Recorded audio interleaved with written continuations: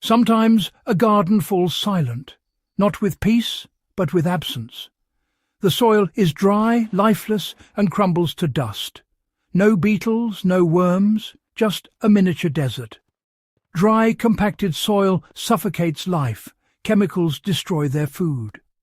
The solution isn't to add worms, but to rebuild the conditions they need. Restore the soil food web, and worms will return on their own. This is the first step in reviving a living, breathing garden. The answer isn't synthetic fertilizer, but a living microbial slurry. This mixture, like a sourdough starter, jumpstarts soil life. It's simple. A bucket, water, unsulfured molasses, and a handful of compost or woodland soil.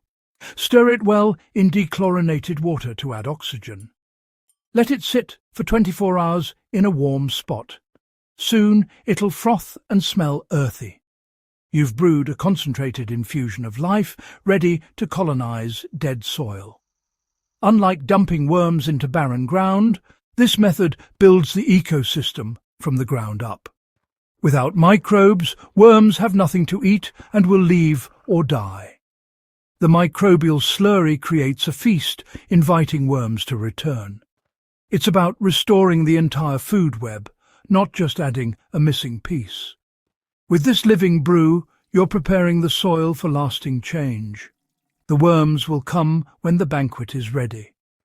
Life returns from the bottom up.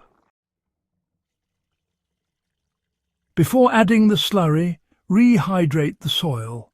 Dead earth repels water. Soak the area deeply to create a moist, welcoming environment. Next, spread a thin layer of organic matter, aged compost, leaves or grass clippings. This is the first meal for your new microbial residence. Now, drench the area with your microbial slurry, letting it soak through the organic layer. You're inoculating the soil with a vibrant community of life. Cover everything with a thick mulch of straw, wood chips or leaves. Mulch insulates, retains moisture and protects microbes from sun and wind. Over time, it breaks down, feeding the soil food web. Every step prepares the ground for worms and plants alike.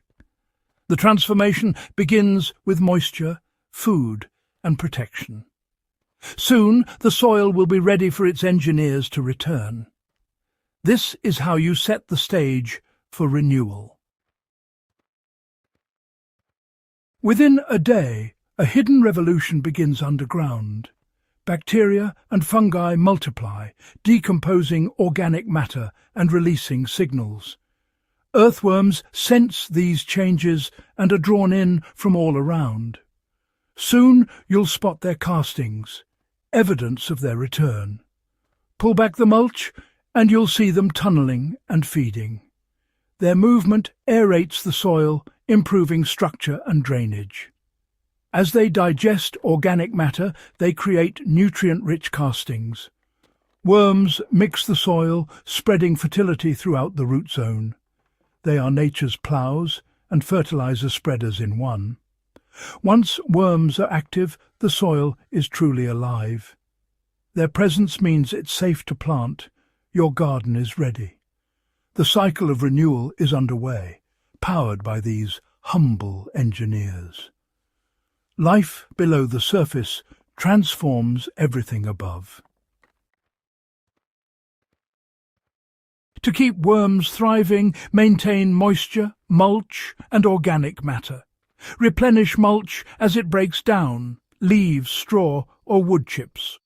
This method works for gardens, containers, and raised beds alike. In pots, the transformation can be even faster.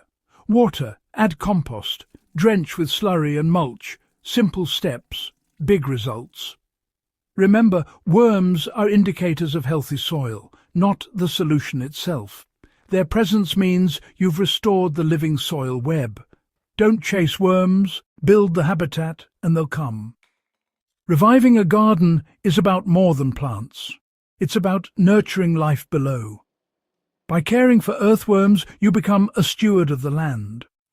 Healthy soil connects us to the web of life. Treat soil as a living entity, not just dirt. Renewal starts beneath our feet.